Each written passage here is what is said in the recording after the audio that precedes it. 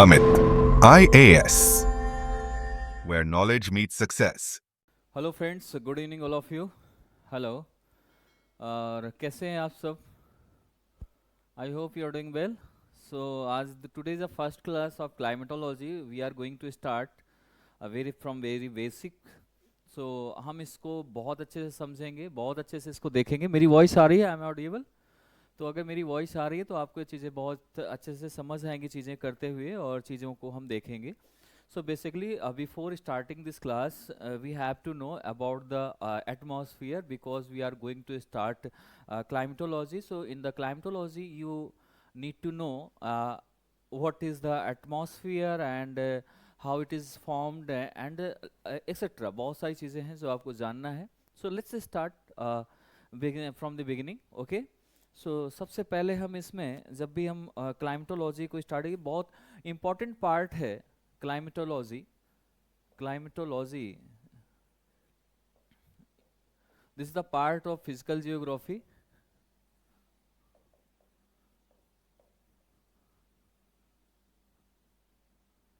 Physical geography, okay. So यहाँ पर हम बेसिकली एक सही से, बहुत एक प्रॉपर वे पे हम इसको देख रहे हैं, समझ रहे हैं. सो बेसिकली जब हम देखते हैं, आप सबसे स्टार्टिंग में देखें. सो और सब first of all we have to know exactly कि origin of the atmosphere on the earth, कैसे इसका ऑरिजिन हुआ. ऑरिजिन, किस चीज़ का ऑरिजिन की बात हो रही है? एटमॉस्फेयर. एटमॉस्फेयर जानते हैं कि लॉट्स ऑफ गैसेस हैं हमारे उसमें, बट यहाँ पर रिएक्शन नहीं होता है, सबसे बड़ी क्वालिटी है.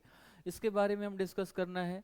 इसके बाद कैसे टेम्परेचर, कैसे क्लाइमेटिक चेंजेस कैसे आते हैं, इन सभी चीज़ों के बारे में हम, climatology it means climatic changes, climatic regions, इन सभी के बारे में स्टडी करनी है.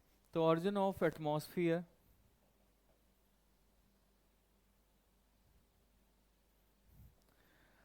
Atmosphere on the earth, okay. So इसको हम यहाँ पर इसको जानेंगे. आपको मालूम है कि जब एटमॉस्फेयर में सबसे शुरुआत, जो हमारा स्टार्टिंग था, हमने शुरुआत में देखा कि जब कोई भी ऐसा प्लानट नहीं बना था, उस टाइम से हमारा एटमॉस्फेयर जो बन रहा था, basically earlier atmosphere has hydrogen and helium. सबसे पहले दो ही. ये क्या है, क्यों ऐसा होता है? क्योंकि फ्यूजन यही लेके आते हैं. ये नहीं होगा तो फ्यूजन नहीं आएगा. तो किसी भी चीज़ को ब्रेक करने के लिए एक फ्यूजन, एक फजन, एक फ्यूजन बहुत ज़रूरी है, जिससे हमारे क्रिएट होती हैं, जिससे हमारे एलिमेंट्स जो होते हैं, पार्टिकल्स होते हैं, आपस में चार्ज होते हैं, फिर बाद में वो एक दूसरे से अट्रैक्ट होते हैं, लड़ते हैं, जिसकी वजह से यहाँ पर कई सारी चीज़ें, कई सारे प्लैनेट्स बने. वैसे ही शुरुआती दौर पर गैसियस क्लाउड था, सेम ऐसे अभी भी देखेंगे कि जब अर्थ प्लैनेट बना, उस टाइम पर भी स्टार्टिंग में जब अर्थ प्लांट बना, उस टाइम पर गैसेस तो नहीं निकली थी. उस टाइम पे तो वोल्केनो उतना नहीं आया था, तो जाहिर सी बात है वोल्केनो बाद में आए होंगे, है ना. तो जो ये एक फ्यूजन हो रहा है, वो इसकी वजह से हो रहा है. तो इस मीन्स जो हमारा शुरुआती जो एटमॉस्फेयर था, उसमें टू गैसेस थी, लाइक हाइड्रोजन और हीलियम. ये प्राइमरी गैसेस थी. इसकी शुरुआत में लाइटर गैसेस होती हैं. धीरे धीरे ये गैसेस क्या हुई, स्कैप्ड हो गई. और भी गैसेस, जैसे जैसे जैसे हमारा टाइम निकलता गया, टाइम पीरियड बढ़ता गया, और चीज़ें धीरे धीरे बदलती गई, तो उसमें क्या हुआ, हमारा during early life of the earth extensive volcanism आया, डिगैसिंग होने लगी. तो ऐसे हमें बहुत सारे, जैसे वोल्केनो आएगा, अब सोचने वाली बात है, ध्यान से समझना मेरी बात को. ये शुरुआती हुआ, ये स्कैप होने लगी. जब स्कैप होने लगी तो यहाँ पर अर्थ बन गया. अब यहाँ पर जैसे कि अर्थ प्लैनेट जब नीचे आया, तो यहाँ पर वोल्केनिज्म आना शुरू हो गए. अब वोल्केनिज्म से आपको मालूम कि बहुत सारी गैसेस प्रोड्यूस होती हैं, बहुत सारी गैसेस एनर्जी रिलीज होती है. अब वोल्केनिज्म आएगा, इट मीन्स अर्थक्वेक 100% आएगा. अर्थक्वेक भी एनर्जी रिलीज करती है, राइट. आपको मालूम, जब नीचे से आएगा तो एनर्जी तो रिलीज होगी होगी. सो यहाँ भी एनर्जी रिलीज हो रही है, और यहाँ भी रिलीज हो रही, तो यहाँ पर भी गैसेस निकलेंगी, यहाँ पर भी गैसेस निकलेंगी. अब ये गैसेस जो यहाँ से निकली, ये स्केप हो गई, और ये बाकी की चीज़ें गैसेस यहाँ पर ज़्यादा से ज़्यादा, ये वाली गैसेस, एक एक्सटेंसिव वोल्केनिज्म होना शुरू हो गया. तो डिसगैसिंग, इसमें गैसेस बाहर आने, जैसे कि nitrogen, sulphur, nitrogen, sulphur, carbon dioxide, ऐसे करके बहुत सारे. ऐसा नहीं कि डायरेक्ट हमारा ऑक्सीजन बनना शुरू हुआ है, क्योंकि अब देखो वोल्केनो आएगा तो ऊपर वाटर वेपर ऑटोमेटिक बनना कुछ करेगा, शुरुआत करेगा. तो यहाँ पर क्या है कि nitrogen, sulphur, carbon dioxide, water vapour, what argon gas, argon gas, ये ऐसी बहुत सारी गैसेस हैं जो इसमें आना शुरू हो गया, आर्गन इतनी सारी बाहर आई, come out from the earth crust, बाहर आ गई। तो अब इसमें, लेकिन इसमें खास बात क्या थी बाहर आने के बाद, लेकिन इनमें जो हमारा एटमॉस्फेयर जो क्रिएट हुआ, इसमें आपस में कोई भी रिएक्शन नहीं होता, इसलिए ऐसा लगता है कि गैसेस तो बहुत हैं बट रिएक्शन नहीं इनके बीच में, इसी वजह से एटमॉस्फेयर बना हुआ है। यही एटमॉस्फेयर की सबसे बड़ी क्वालिटी है, सबसे बड़ी चीज़ है जो हमें पता चल रही है। अदरवाइज हमें अगर ऐसा कुछ हो रहा होता तो हमें पता ही नहीं चलता कि ये क्या होता, बहुत सारे रिएक्शन कर जाते हैं। आप कभी लैब में जाओ और वहाँ पर गैसेस मिलाओ, वहाँ पर कोई और एलिमेंट्स मिलाओ, तो आपको मालूम चलेगा कि वहाँ पर कितना सारा चीज़ें कन्फ्लिक्ट कर रही हैं, कितनी चीज़ें आ रही हैं इधर उधर। तो वहाँ पर जब इन चीज़ों के लेकर हम आते हैं तो यहाँ पर ये देखना जरूरी है कि गैस क्यों नहीं मिलती। ये एक एटमॉस्फेयर में सबसे एक यूनिक चीज़ है जो नेचर ने बना रखी है, कि जहाँ पर हमारा कोई भी एक वो नहीं होता, इनके बीच में चीज़ें नहीं बदलती हैं। इसके बाद हुआ क्या, अब देखना यहाँ से कि जब ऐसी चीज़ें होना शुरू हो गई, क्लाइमेटोलॉजी समझना, क्लाइमेट कैसे बनता है, कैसे चीज़ें होती हैं। जब ऐसे शुरू हुआ तो मैंने बताया जैसे वाटर वेपर बनना शुरू हुआ, गैसेस आ गई, लेकिन वाटर वेपर से तो और भी चीज़ें बनना शुरू हो जाएंगी, है ना कि नहीं। जब वाटर वेपर बनेगा तो जाहिर सी बात है क्लाउड बनाना शुरू करेगा, H2O बनेगा, और वहाँ से फिर गैस ऑक्सीजन बनना शुरू हो जाएगा। कुछ ऐसे बैक्टीरियाज आ जाएंगे जो ऑक्सीजन दे रहे होंगे, जो अपने रेस्पिरेशन में, अपने श्वसन क्रिया में ले रहा होगा, तो वो चीज़ें निकल के आएंगी। तो that's why we have to understand what is water vapour and how it will create and what is the for what it is responsible for what, किस लिए ये रिस्पॉन्सिबल है, इन चीज़ों को भी हमें यहाँ से देखेंगे। तो इसमें ये तो बाकी गैसेस है, ये वाटर वेपर है जो थोड़ा सा आपके लिए कामगर साबित होगा। तो अब बात आती है वाटर वेपर की। वाटर वेपर की अगर बात करें हम यहाँ पर और इसकी समझें हम कि वाटर वेपर कैसे, तो आपको मालूम है जब वाटर वेपर आएगा तो वाटर वेपर जाता किधर है, ऊपर की तरफ। और ऊपर जाएगा सो कहाँ तक जाएगा, जब तक कि उसके नॉर्मल एयर नहीं मिल जाएगी उसको, नॉर्मल एयर जो उसके लिक्विड, जब तक उसके वो आसपास सराउंडिंग एयर से ज़्यादा वार्म होगा तब तक वो एयर ऊपर जाएगी। और जैसे वो एयर सेम कंडीशन पे आ जाएगी, जब वो कूल होना शुरू हो जाएगी तो वहीं पर रुक जाएगी। तो वहाँ पर जाने के बाद इसका क्या होगा, कंडेंसेशन होना शुरू हो जाएगा। क्या होगा, यहाँ कंडेंसेशन होना शुरू हो जाएगा, और कंडेंसेशन से कंडेंस्ड हो जाएगी, इस मीन्स कंडेंस्ड हो गया। ये कंडेंस्ड जैसे होगा तो यहाँ पर क्या है, एक बादल, यानी आप क्लाउड यहाँ नजर आते हैं, क्लाउड्स बनना शुरू होते हैं, बादल बनते हैं। फिर इसके बाद यहाँ पर रेनफॉल होना शुरू होती है। तो ये हमारी प्रक्रिया सबसे फर्स्ट टाइम स्टार्ट हुआ, तो यहाँ पर रेनफॉल हुआ। अब ये रेनफॉल जो हुई, ये रेनफॉल का बड़ा जो सबसे फर्स्ट टाइम रेनफॉल हुई, इसका बहुत इंपॉर्टेंट रोल है इसमें। ऐसा नहीं, रोल इसका ऐसा नहीं कि बाकी में क्या हम अभी भी रोल है, अभी भी रोल है, बट जो उस टाइम की रेन में जो रोल था वो अभी के उसमें रोल नहीं है वो वाला। समझ आ रहा है मेरी बात को। तो यहाँ पर हम इस चीज को समझ रहे हैं कि कैसे चीजें हमारी काम कर रही हैं, यहाँ पर कैसे चीजें आ रही हैं। तो यहाँ पर क्या हुआ कि जब रेनफॉल हुआ तो जो एटमॉस्फेयर में कुछ गैसेस थी, ध्यान समझना, जैसे मैंने अभी बताया ना कि एटमॉस्फेयर में कुछ गैसेस ऐसे थी, जैसे CO2, ये हमारा ऐसे बल्क में जो था, तो ये क्या हुआ कि ये washed out bulk of the CO2 into the ocean. ये वॉश होके कहाँ पहुंचा, ओशियन पे थोड़ा बहुत पहुंच गया, नीचे चला गया। वॉश होने का मतलब ये नहीं कि धो के बाकी से निकल गया, मतलब वो थोड़ा सा उसके हिसाब से भारी होकर नीचे पानी में जाकर ओशियन फ्लोर में या ओशियन वाटर में जाकर मिक्स होने लगा, वहां जाने लगा।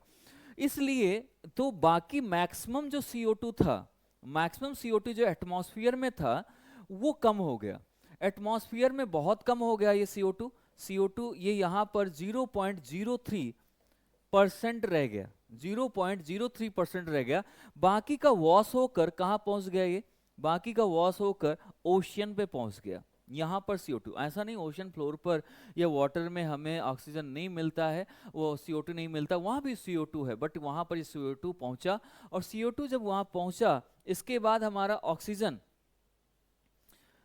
समझने वाली बात यह है कि यहाँ पर oxygen from the anaerobic respiration. अब ऑक्सीजन कैसे आई, अब CO2 वहाँ चला गया, H2O बन गया, सारी चीज़ें हो गई, लेकिन ऑक्सीजन की एक्चुअल में ऑक्सीजन जैसे हमारी बननी चाहिए वैसे ऑक्सीजन नहीं मिल पा रही थी। कई बार ऐसा होता है भी, देख लो कि कई बार ऐसे चांद में जाते हैं, कई बार हम शुक्र में गए, वीनस में गए हैं, मून में गए हैं, तो वहाँ पर हमें कभी वाटर मिलता है तो हम उससे एक्सट्रैक्ट नहीं कर पा रहे ऑक्सीजन को, उसको कहीं वाटर नहीं है तो हम ऑक्सीजन नहीं ला पा रहे, अब गैस वहाँ पर, तो इसलिए वीनस में तो कई बार ऐसे चांसेस बनते हैं, लगता है कि ये कुछ यहाँ पर अच्छा हो सकता है, ऐसा लग रहा है कि यहाँ पर क्योंकि ये सन के पास है तो वहाँ से हाइड्रोजन और हीलियम का फ्यूजन होता है, जिससे वहाँ पर थोड़ा सा ऐसा हो सकता है कि अगर वहाँ पर वाटर है तो उसके थ्रू मिलाकर या ऑक्सीजन थोड़ा मिल जाता है तो वहाँ पर बारिश भी करा सकते हैं, चीज़ें ऐसी। तो यहाँ पर भी चीज़ें ऐसी। अब यहाँ पर बात ये है कि जब ऐसी चीज़ें हो गई, ध्यान समझना, तो आपको मालूम है आज भी ऐसा है हमारे यहाँ सीन, आज भी आप देखते हो कभी रेन हो रहा हो, आप देखो ध्यान से, तो जब रेन होती है ना तो उस टाइम पर बहुत सारे उसमें क्या होते हैं, बहुत सारे ऐसे ऑर्गेनिजम्स, बहुत सारे ऐसे बैक्टीरियाज आते हैं जो हमने कभी देखा ही नहीं है, ऐसे ऐसे कीड़े देखते हैं जो हमें समझ ही नहीं आता, इंसेक्ट्स ऐसे देख लेते हैं जो हमें नहीं पता चलता ये कौन सा है। उन्हीं में से कुछ ऐसे, जब ऐसी क्रियाएं होती हैं, जब ऐसे रेन होता है, चीजें ऐसी होती हैं, तो बहुत बार ऐसे बैक्टीरियाज भी निकल के आते हैं, है ना। तो वो बैक्टीरिया यहां पर आना शुरू हुआ, उन बैक्टीरिया का नाम था साइनोबैक्टीरिया। साइनोबैक्टीरिया।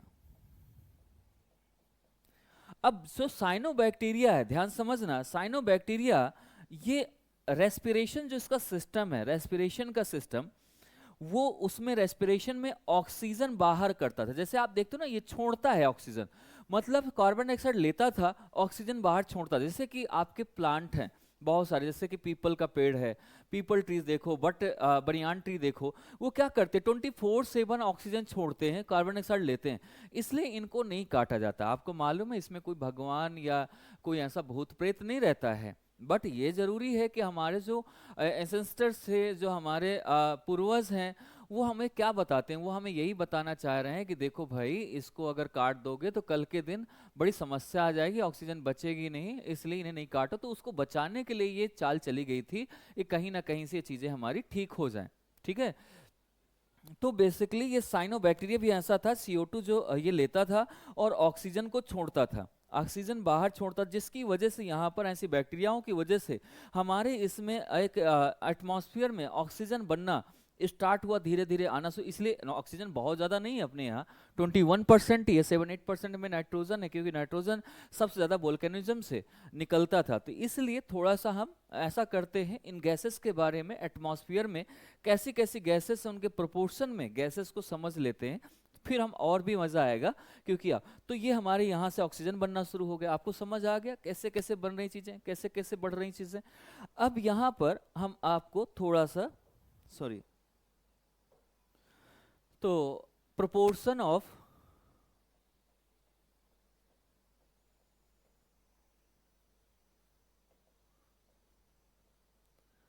गैसेस,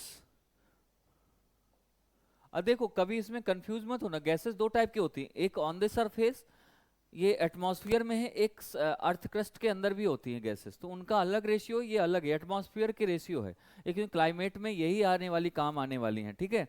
तो हमारी गैसेस का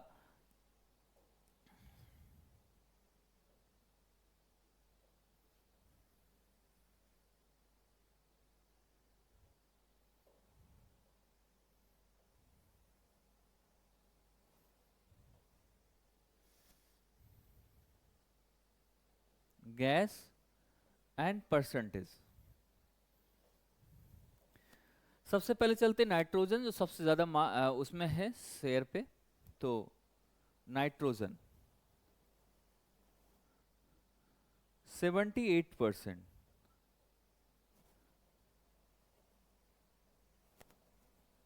इसे एन से डिनोट करते हैं, तो अगर वो लिखना भी हो तो आप ऐसे लिख सकते हो, ठीक है। ऑक्सीजन 21%, ठीक है। इसके बाद आपका आता है आर्गन, AR से इसको डिनोट करते हैं, तीसरे लाइन पे है ये 0.93%, ठीक है। और इसके बाद कार्बन डाइऑक्साइड CO2,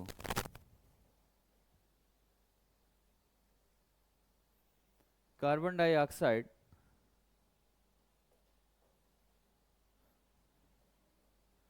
CO2, अभी मैंने बताया 0.03% है ये, 0.03%। नियॉन, नियॉन जो है हमारा वो है हमारा कितना 0.0018%। हाँ, हीलियम है हीलियम 0.000 और 0.5%। डेटा है, आजकल डेटा बहुत ज़रूरी हो गया है। और ओजोन की बात करें, हीलियम की बात, ओजोन की, हीलियम हो गया, ओजोन सबसे कम उसमें है 0.00006%। ऐसे हमारा इस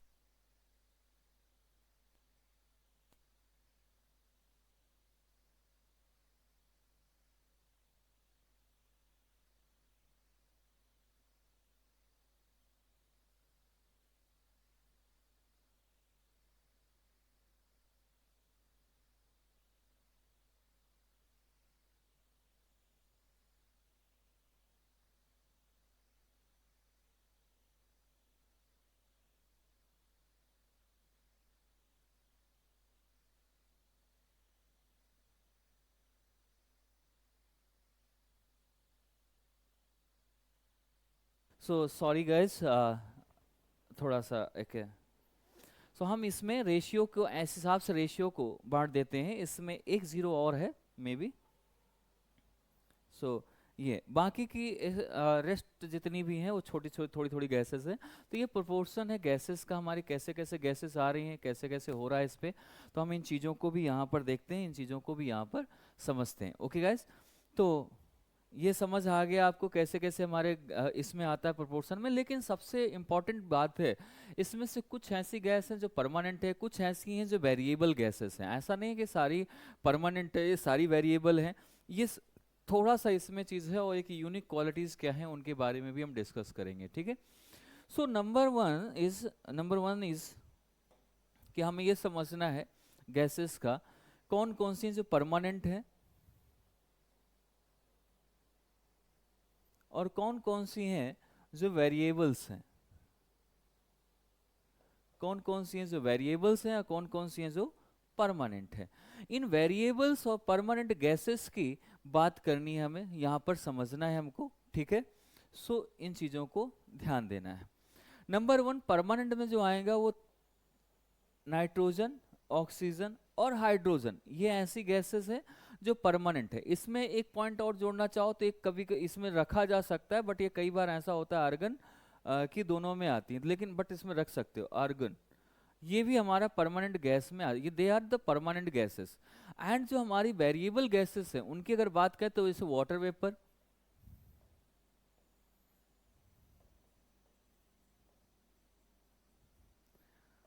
CO2, ये घटती बढ़ती रहती है। ग्रीन हाउस गैस इफेक्ट होगा, क्लाइमेटिक चेंजेस बढ़ेंगे, ये घटती बढ़ती रहेगी ज़्यादा से ज़्यादा, ये परमानेंट नहीं रहती, ये थोड़ा बहुत आती रहती है, इसीलिए यहाँ पर वेरिएबल्स आते रहते हैं। नंबर थ्री ओजोन, जब कभी अल्ट्रावायलेट रेस का ज़्यादा हो जाएगा तब ऐसी चीज़ें होना शुरू हो जाएंगी, तो ये हमारा क्या है ओजोन वाली परत आ जाएगी। तो ये हमारा इसमें ये और ये सारी क्या है वेरिएबल्स हैं जो इसमें आती हैं। ये इनर्ट गैसेस भी इन्हें हम ये भी कह सकते हैं वेरिएबल गैसेस, और इसी से हमारा सबसे ज़्यादा जो ग्रीन हाउस गैस इफेक्ट होता है वो इन्हीं गैसेस से ग्रीन हाउस गैस इफेक्ट करता है, जिसकी वजह से बैलेंस बना के यही रखते हैं। अगर इनमें से मात्रा बढ़ी या घटी, अगर क्वांटिटी इनकी जैसा भी होगा वैसे तुरंत इसमें एटमॉस्फेयर में चेंजेस आना शुरू हो जाएंगे, क्लाइमेटिक चेंजेस आना शुरू हो जाएंगे, ग्लोबल वार्मिंग बढ़ना शुरू हो जाएगा।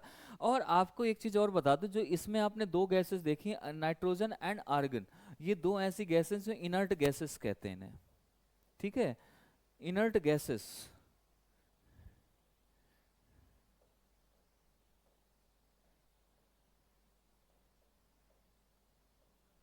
इनर्ट गैसेस इसमें बोलते हैं।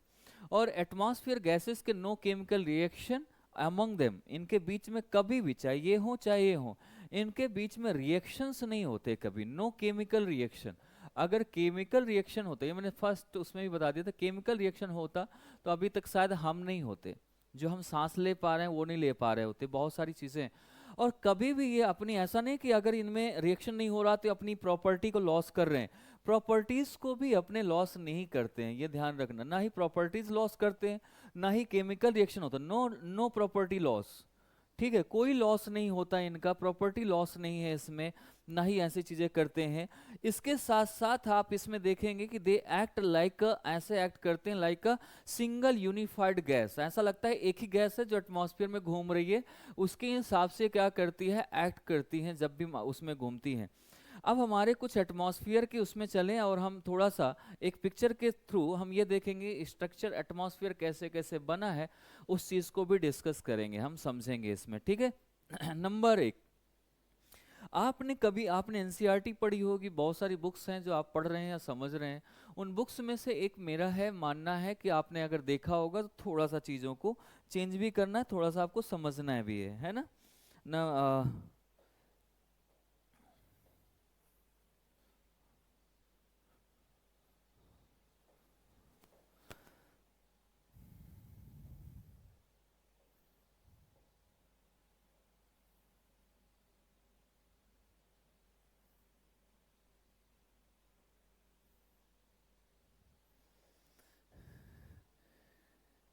ये आपका ट्रोपोस्फेयर, जो अर्थ के सबसे नजदीक वाला पार्ट है, दैट इज ट्रोपोस्फेयर।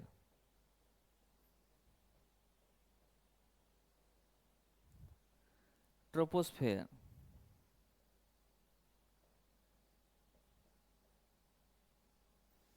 इसको बोलते हैं ट्रोपोपॉज।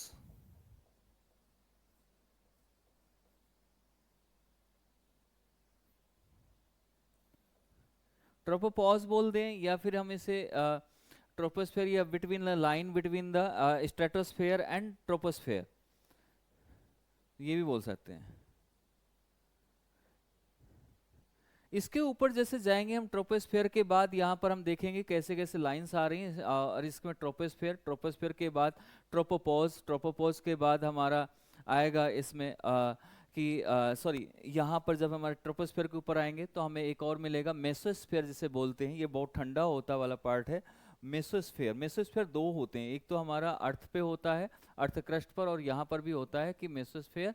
अब मेसोस्फेयर के ऊपर जाएंगे तो हमें आयनोस्फेयर नहीं मिलेगा, आयनोस्फेयर के ऊपर जाएंगे हम आयनोस्फेयर, एंड आयनोस्फेयर के ऊपर जाएंगे एक्सोस्फेयर, एक्सोस्फेयर, एक्सोस्फेयर, ऐसे करके हमारे इसके नाम होते हैं, और इनकी बॉर्डर को बीच बीच में अलग अलग टाइप से, तो हमें ये जानना है कि कैसे कैसे चीज़ें यहाँ पे बदलती हैं, कैसे कैसे एटमॉस्फेयर चेंज होता है, कैसे चीज़ें हमारी सेट होती हैं, तो उन चीज़ों को भी हमें यहाँ पर देखना है। ओके गाइस, तो सबसे स्टार्ट करेंगे सबसे पहले न पॉइंट से, यहाँ से ट्रोपोस्फेयर से, ट्रोपोपॉज से, और ट्रोपोस्फेयर और ट्रोपोपॉज को, एटमॉस्फेयर के यहाँ पर चीज़ें देखें हम सबसे पहले। तो स्ट्रक्चर ये हुआ ट्रोपोस्फेयर, ये ट्रोपोस्फेयर में अगर देखा जाए तो 90% एटमॉस्फेयर जो मिलता है वो ट्रोपोस्फेयर में मिलता है, 90% एटमॉस्फेयर जो मिलेगा वो इसमें। लेकिन देखो हर बुक में थोड़ा सा अलग अलग फंडा है, मैं और आपको बता दूंगा। 90% एटमॉस्फेयर जो पार्ट मिलता है एटमॉस्फेयर, मैं एक वर्ड बोल लूंगा यहाँ पर, 32 किलोमीटर के अराउंड में ऊंचाई पर, या पूरे उसमें देखा जाए जो विद इन 25 किलोमीटर में 95% सॉरी 90% जो हमारा है ये एटमॉस्फेयर यहाँ पर मिलता है। लेकिन अगर देखा जाए तो क्या 32 किलोमीटर इसकी हाइट है कि नहीं है? 32 किलोमीटर वैसी हाइट नहीं है, बट हम इसकी ये कह दें कि हमारा कैसे ये थोड़ा सा इसमें चेंजेस ये आ रहा है कि हमारा इसमें 32 थोड़ा ये स्ट्रेटोस्फेयर को भी कवर करता है, तो वहां तक का मिलाकर 32 किलोमीटर को मिलाकर तो ये हमारा 90% तक मिलता है। इसके बाद फिर ऊपर थोड़ा थोड़ा मिलेगा, बट हम ये नहीं कहेंगे पूरा ट्रोपोस्फेयर में है, क्योंकि ट्रोपोस्फेयर के जो इक्वेटर के पास, देखो ये तो ट्रोपोपॉज हो गया, अब यहां तक जो इसका मामला है, जब भी कभी एटमॉस्फेयर होता है, ये ध्यान से समझना, जो आपके ये पोल्स होते हैं ना, नदन पोल और सदन पोल, इसके सबसे नजदीक होगा एटमॉस्फेयर, बहुत पास में होगा।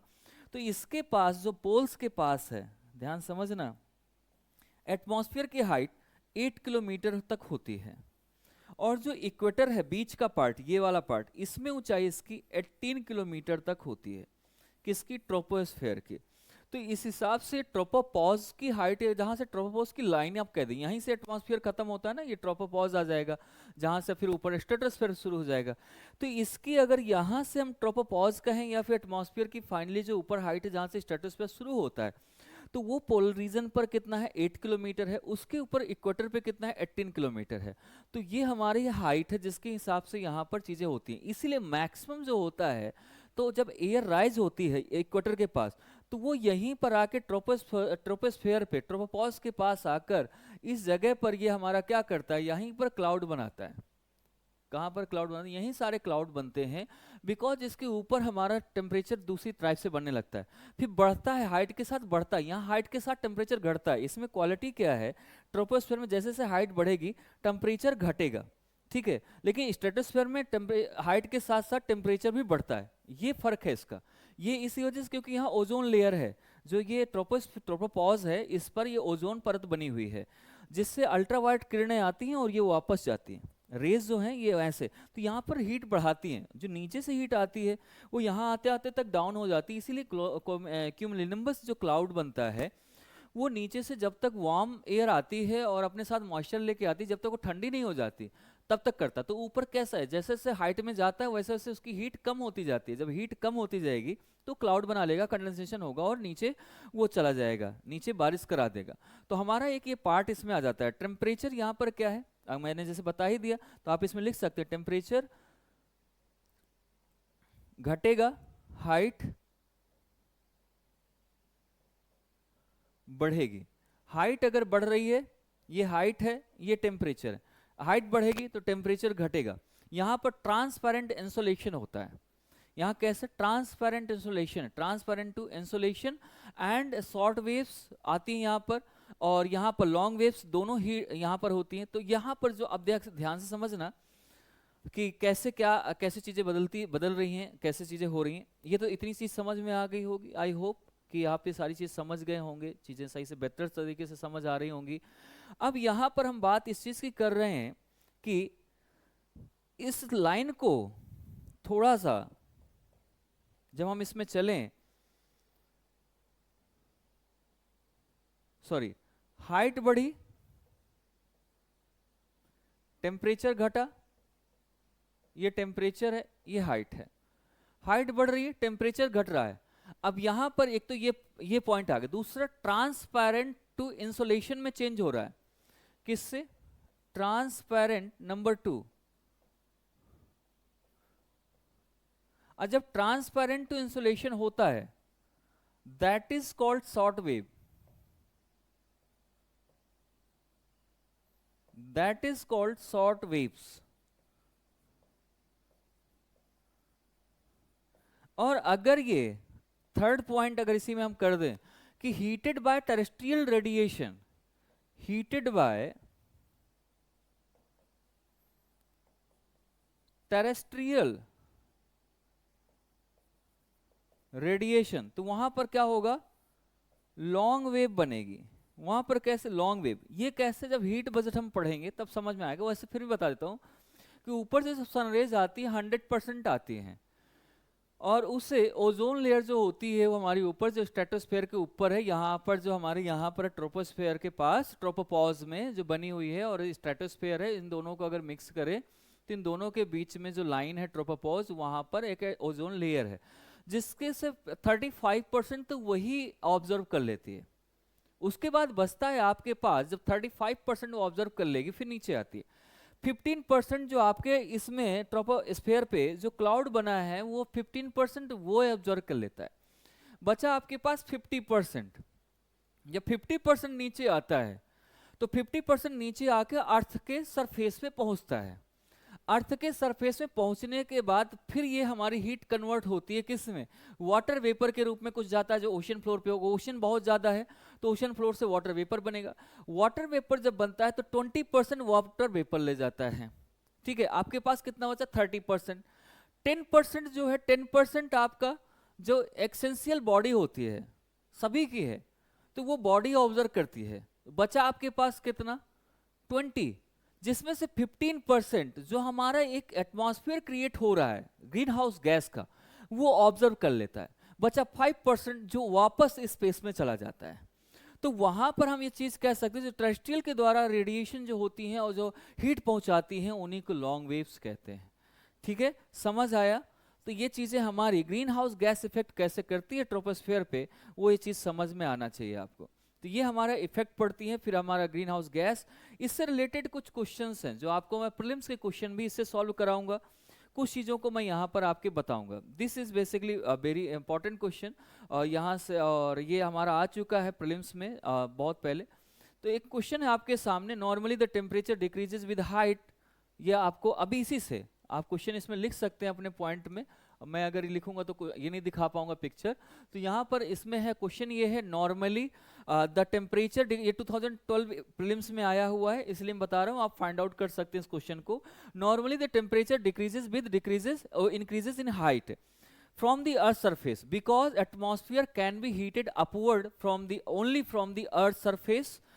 सेकेंड इसमें स्टेटमेंट है, अब ये तो आपको मालूम हो गया कि हाइट के साथ टेम्परेचर घट रहा है, तो पहले तो पता हो गया एटमॉस्फेयर का पार्ट है ये, तो सॉरी ये ट्रोपोस्फेयर का पार्ट है, एकदम करेक्ट।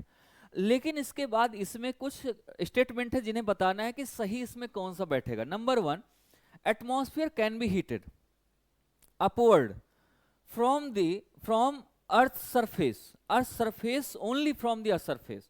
अर्थ सरफेस से जो अपवर्ड होती है हीट होकर एटमॉस्फेयर, उसके द्वारा ये एटमॉस्फेयर हीटेड हो सकता है क्या? जो यहाँ से हीट जाती है वापस जो मैंने बताया ना कि नीचे आती है, अर्थ जो होती है हमारी वो 50% ऑब्जर्व करती है फिर ऊपर छोड़ती है, जो छोड़ रही है उसके थ्रू जो गर्म हो रहा है एटमॉस्फेयर, क्या उससे ये गर्म हो रहा है atmosphere? Number 2, there is more moisture in upper atmosphere.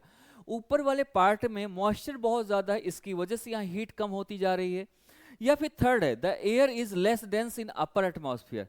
Upper atmosphere में जो एयर है उसका डेंसिटी, उसको डेंस कम है, वहां घनी कम है और वो बिखरी ज्यादा, स्कैटर्ड ज्यादा है, डेंस कम है। ये हमारे इसके क्वेश्चन है। तो अब इसमें आता है नंबर ए, ओनली 1, ठीक है, 1 ओनली।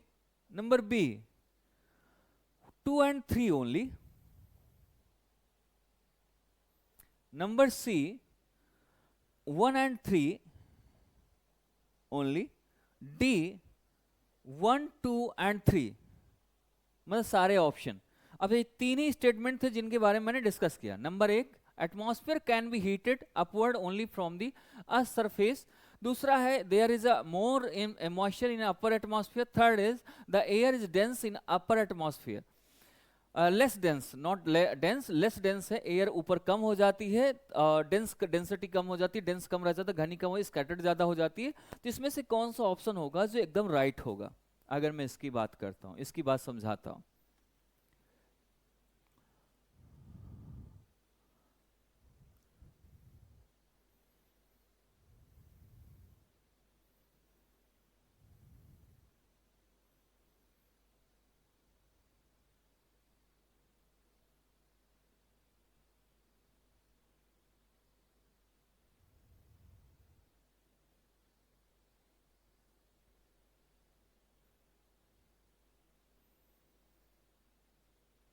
हो रहा है कुछ?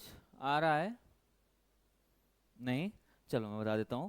नंबर 1 की अगर बात करें हम कि ये हमारा atmosphere can be heated upward only from the earth surface, earth surface, right, एकदम सही है। मैंने बताया ना कि अर्थ सरफेस पे जब आती है फिर यहाँ से हमारी कैसे कैसे हीट जाती है, 5% एटमॉस्फेयर में चली जाती है जिसकी वजह से हीट हो रहा है, बाकी तो सब ऑब्जर्व हो जा रहा है ना। तो जो हीट किस वजह से हो रहा है? ग्रीन हाउस गैस की वजह से।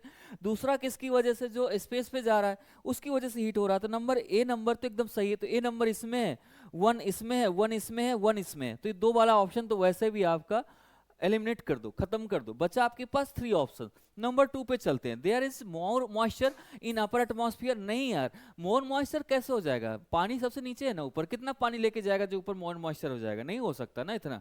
तो दूसरा तो वैसे कैंसिल हो जाएगा। दूसरा कैंसिल, 2 जिसमें वो कैंसिल कर दो। नंबर डी में 2 है, खत्म करो। बी में 2 है, खत्म कर दो। बचा सी, वैसे भी आंसर आपका एलिमिनेट होके आ गया। अब इसका मतलब है तीसरा वाला सही है, तीसरा वाला एकदम सही है। जो नीचे एयर होगी जितनी ज्यादा, वो एटमॉस्फेयर में उतनी ज्यादा एयर थोड़ा ना हो जाएगी।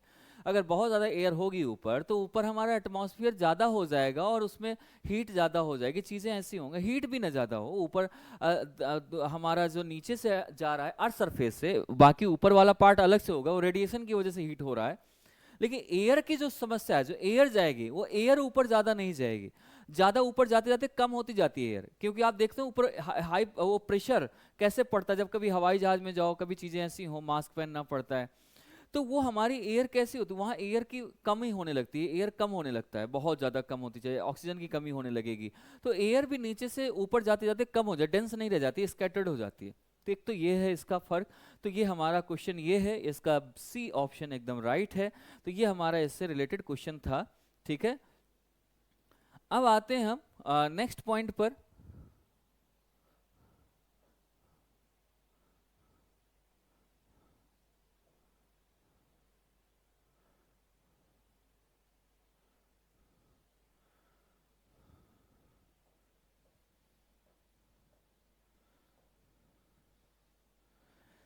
ये हमारा कौन सा स्ट्रेटोस्फेयर, ट्रोपोपॉज है। ट्रोपोपॉज बीच की between the line between the stratosphere and troposphere, दोनों के बीच की लाइन है, जहाँ पर ओजोन लेयर से बनी हुई है। ओजोन लेयर वैसे आपका जो मैक्सिमम पार्ट आता है ओजोन लेयर का वो स्ट्रेटोस्फेयर में आता है। तो इसमें स्ट्रेटोस्फेयर में देखा जाए, इसकी वजह से presence, because of the presence of ozone layer, तो यहाँ अल्ट्रा वायलेट रेज का जब ऊपर से आती हैं, अल्ट्रा वायलेट रेज जब कभी आती हैं इस पे, इस वाले पे पड़ती हैं, तो वो ये जो ओजोन लेयर है इस पे O3, इसे क्या करती है, ऑब्जर्व कर लेती है। ऑब्जर्व करने से यहाँ पर जैसे ऑब्जर्व करेगी तो ये क्या करती है, यहाँ पर हीट बढ़ा देती है। तो इसमें हाइट के साथ साथ इन टेम्परेचर बढ़ता है, जैसे जैसे हाइट बढ़ेगी वैसे वैसे इसका टेम्परेचर बढ़ेगा। तो हाइट एंड टेम्परेचर दोनों बढ़ने पर ही, दोनों पर ये करती है, इसमें घटता नहीं। इसमें हाइट के साथ टेम्परेचर घट रही थी, इसमें हाइट के साथ टेम्परेचर बढ़ रही है, बिकॉज ऑफ, इसमें कर सकते because of presence of the ozone layer. Ozone layer observes ultraviolet rays, so that's why यहाँ से इंसुलेशन आती है, इंसुलेशन होता है, इंसुलेशन होने से यहाँ पे हीट बढ़ना शुरू हो जाती है, जो हमें वहाँ पर प्रॉब्लम आती है। बट यहाँ पर एक क्वेश्चन है, प्रॉब्लम तो आती है अगर वहाँ पर इंसान रहेगा तब प्रॉब्लम आएगी, क्योंकि ये स्किन कैंसर यहाँ से बहुत होता है, स्किन के लिए बहुत ज़्यादा इफेक्ट डालती है। इसीलिए आप देख लो कि जब मॉन्ट्रियल प्रोटोकॉल हुआ, मॉन्ट्रियल प्रोटोकॉल या ये जो हमारे जितने भी प्रोटोकॉल COP होते हैं, जब हमारा बहुत पहले लगभग 2000 से 1980 से 84 या 85 के आसपास अकॉर्डिंग, वो थोड़ा सा मुझे डेट याद नहीं है कंफर्म, बट उस टाइम पर होल हो गया था कहाँ पर, अंटार्कटिका पे। तो जिसकी वजह से वहाँ पर वो होल हो जाने की वजह से वहाँ बहुत सारी अटलांटिक ओशन पर, जिसकी अटलांटिक ओशन या उस पार्ट पे अगर बात करें हम, या उस पे या पोलार रीजन पे, ऐसा कुछ था, न्यूज़ में था, मुझे अभी इतना याद नहीं न्यूज़ के बारे में।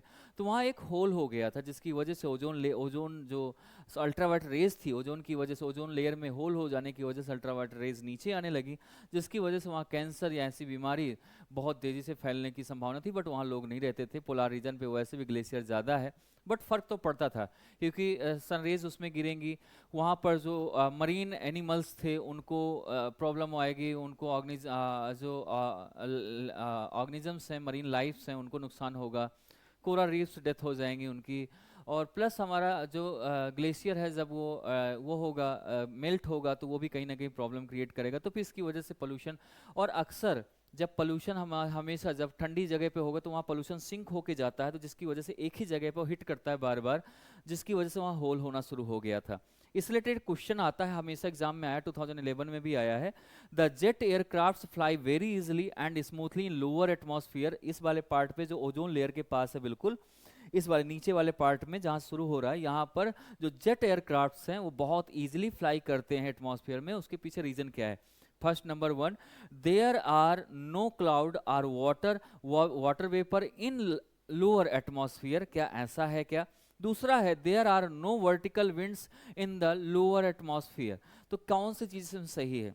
यहाँ पर ये सही है कि यहाँ पर जो विंड्स हैं वो वर्टिकल विंड्स नहीं है, यहाँ पर हॉरिजेंटल विंड्स चलती हैं। यहाँ पर वर्टिकल विंड्स यहाँ तक बहुत चलती हैं, क्योंकि यहाँ स्टेबिलिटी, अनस्टेबिलिटी, तो स्टेबिलिटी मैक्सिमम एयर जो होती है, स्टेबिलिटी यहाँ पर आती है, इंस्टेबिलिटी यहाँ तक रहती है।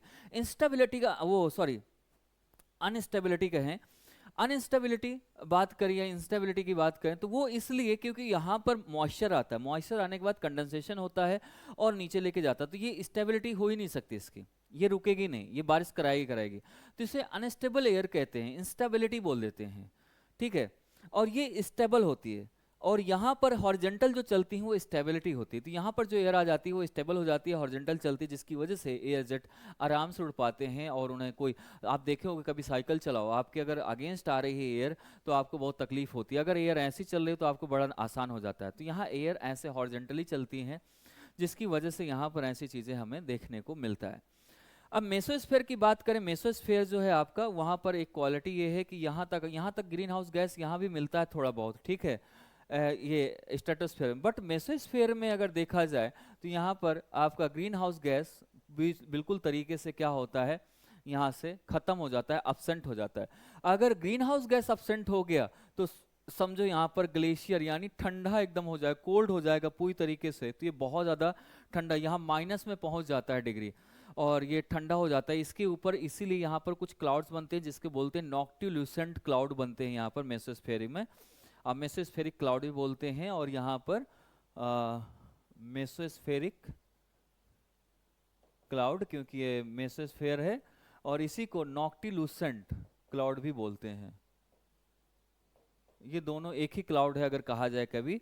तो यहाँ पर ये visible cloud, visible at the high latitude पे देखा जाए तो विजिबल होता है समर सीजन पे अक्सर, और यहाँ पर condensation of mixture of meteoric dust और सम मॉइस्चर, इनका दोनों के बीच में यहाँ पर कंडेंसेशन हो जाता है, जिसकी वजह से हमें क्लाउड वहाँ पर बनते हैं। ये डस्ट की वजह से क्लाउड बनता है, यहाँ पर कोई वैसा क्लाउड नहीं है कि बहुत ज़्यादा उसकी वजह से हो रहा है, वाटर वेपर की वजह से हो रहा है, ठीक है। इसके बाद आपका आता है आयनोस्फेयर या थर्मोस्फेयर जिसे बोलते हैं, इंक्रीज के हाइट के साथ यही बढ़ता है, उसी को आयनोस्फेयर और थर्मोस्फेयर कह देते हैं।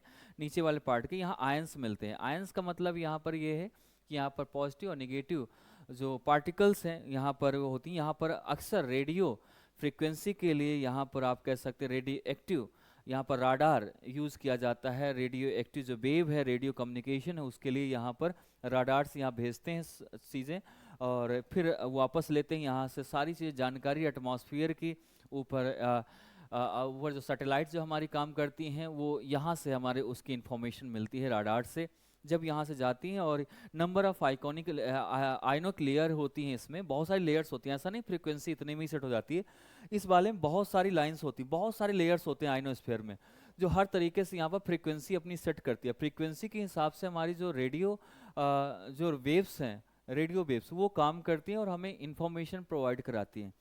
सो ये चीज़ यहाँ पर हम देख सकते हैं कौन कौन सी लेयर होती हैं, लेयर के बारे में यहाँ पर हाई एनर्जी सनरेज मिलती हैं, कॉस्मिक रेज होती हैं जो ब्रेक होती हैं यहाँ पर एटम्स के एयर पे मॉलिक्यूल्स बनाती हैं, फिर ये आयनाइज्ड हो जाती हैं, पॉजिटिव चार्ज हो जाती हैं, अब बिहेव करती हैं लाइक अ फ्री पार्टिकल्स के जैसे बिहेव करती हैं एट अ नाइट, और यहाँ पर जब ये ओनली कॉस्मिक रेज जो होती हैं आयनोनाइज्ड होकर यहाँ पर वीक हो जाती हैं रात के टाइम पर, तो ये चीज़ें हमारी इसमें बनती हैं।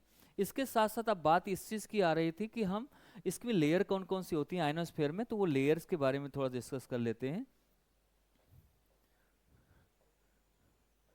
लेयर्स ऑफ आयनोस्फेयर,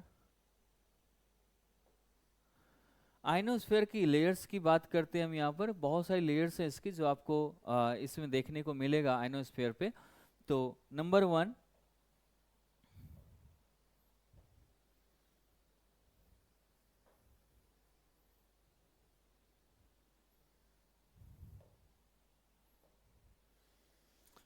एक तो लेयर्स देखेंगे, लेयर्स के साथ साथ और भी मैं 3 चीज़ें कुछ बता दूँ, लेयर्स हो गई है, अब फिर इसकी हाइट कितनी होती है वो चीज़ को, नंबर 3 इसमें फ्रीक्वेंसी कितनी होती है उस चीज़ को देखेंगे, नंबर 4 प्रेजेंस किस टाइम पर ये होती हैं, कब कौन सी वेव चलती है, और लास्ट जो है हमारा वो है कि इस फॉर्मेशन कैसे होता है। तो यहाँ से बेसिकली हम इसको कई पार्ट्स में हाइट, सॉरी यहाँ पर layers,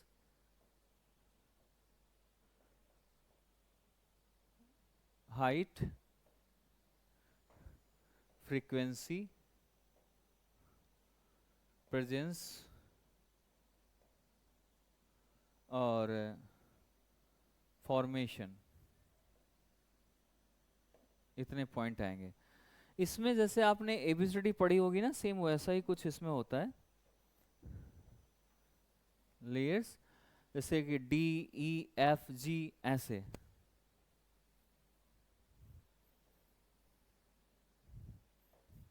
layer D E F G, ये लेयर्स हैं इसकी, डी ई एफ जी। अब इनकी हाइट अपने अकॉर्डिंग इसमें या फिर दूसरी चीजें देख सकते हैं।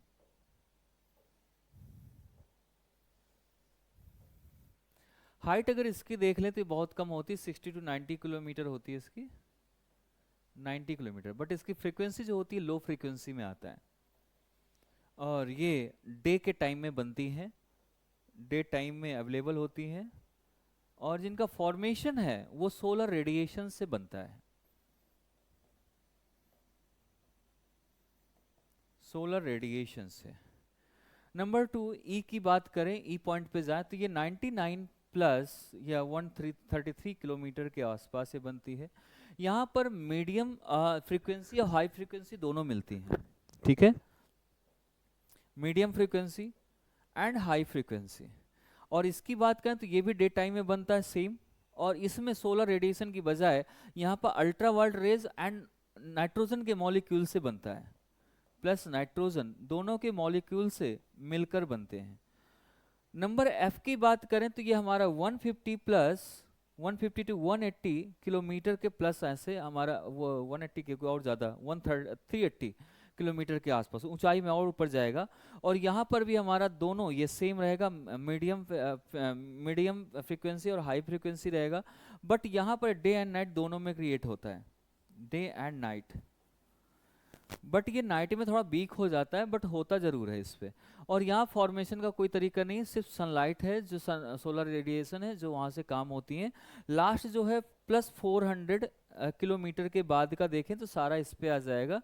और यहाँ भी मीडियम और मीडियम और हाई फ्रिक्वेंसी यहाँ पर बनेगी, और ये भी डे एंड नाइट में बनेगा, और ये भी सोलर रेडिएशन से ही क्रिएट होती है। तो ये हमारा इसका पार्ट हो जाता है कि कैसे चीज़ें, लेयर्स के बारे में हमने डिस्कस किया कि कैसे चीज़ें बन रही हैं। तो ये आयनोस्फेयर की लेयर्स हैं बेसिकली, और इससे रिलेटेड भी क्वेश्चन आया हुआ है बहुत पहले, तो उसको भी हम डिस्कस कर सकते हैं।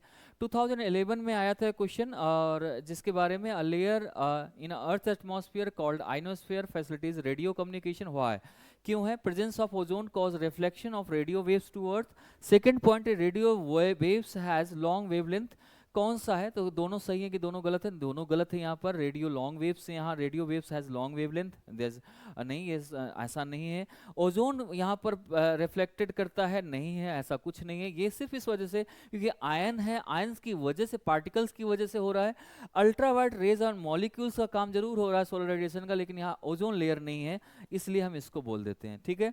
इसके ऊपर की लेयर जो आइनोस्फेयर के ऊपर की बात जो थी हमारी लेयर की, वो आपको मालूम है कि यहाँ पर ये एक्सोस्फीयर जो मैंने चर्चा किया था, डिस्कस किया था, ये 640 के ऊपर एबव जितनी भी होती है रेरिफाइड एटमॉस्फेयर यहाँ मिलता है, और ये पूरा सन के नज़दीक होने चला जाता है। सन के नज़दीक की बात कर सकते हैं, मतलब सबसे ऊपर वाला लेयर है जिसके बाद कोई लेयर्स नहीं है। और ये हमारा ये वेरी हाई टेम्परेचर होता है, but different from the air temperature. यहाँ पर एयर टेम्परेचर से डिफरेंट होता है यहाँ का, बिकॉज यहाँ पर एयर नहीं होती, यहाँ पर नो एग्जिस्टेंस ऑफ एयर, तो जिसकी वजह से यहाँ पर टेम्परेचर फील नहीं हो पाता, चीज़ें नहीं हो पाती। बट यहाँ का टेम्परेचर अलग है, एयर टेम्परेचर से अलग है, बट हाई टेम्परेचर होता है, ठीक है। एक्सोस्फीयर पे सबसे ऊपर वाले पे high temperature but no air temperature, because of no existence of air. Air का यहाँ एग्जिस्टेंस नहीं होता है, तो चीज़ें ये हमारी ऐसे चेंज होती हैं, इसमें बदलती हैं, ऐसे कर सकते हैं इसमें, ठीक है। तो ये हमारा बेसिकली एटमॉस्फेयर का ये पार्ट था। अब इसी में हमें ये चीज़ें हमारी यहाँ से आई हैं, और इन चीज़ों को हमने देखा है आज बेसिकली एटमॉस्फेयर के बारे में। बाकी का जो लेशन है, जो बाकी क्लासेस है, डेली हमारा 6 PM पे डेली कंटिन्यू होंगी अभी फ़िलहाल में, तो आप लोग इसमें बने रहिएगा, आप लोग इसमें देखिएगा डेली। आप इसे अपने हिसाब से आप टाइम सेट कर सकते हैं, लेकिन इसे कोशिश करिए लाइव देख पाएंगे, so you can ask the questions whatever you have doubts, तो you can ask without hesitation. So I will let you know and I will answer you. So it will be very useful for you. So guys, you have to beat and you have to watch and don't miss any lecture, a single lecture आपको miss नहीं करना है, क्योंकि अगर series टूटती है तो बहुत सारी चीज़ें बिगड़ती हैं, और डेली यूट्यूब पे आने वाला है आपके। Okay, thank you, bye bye, take care.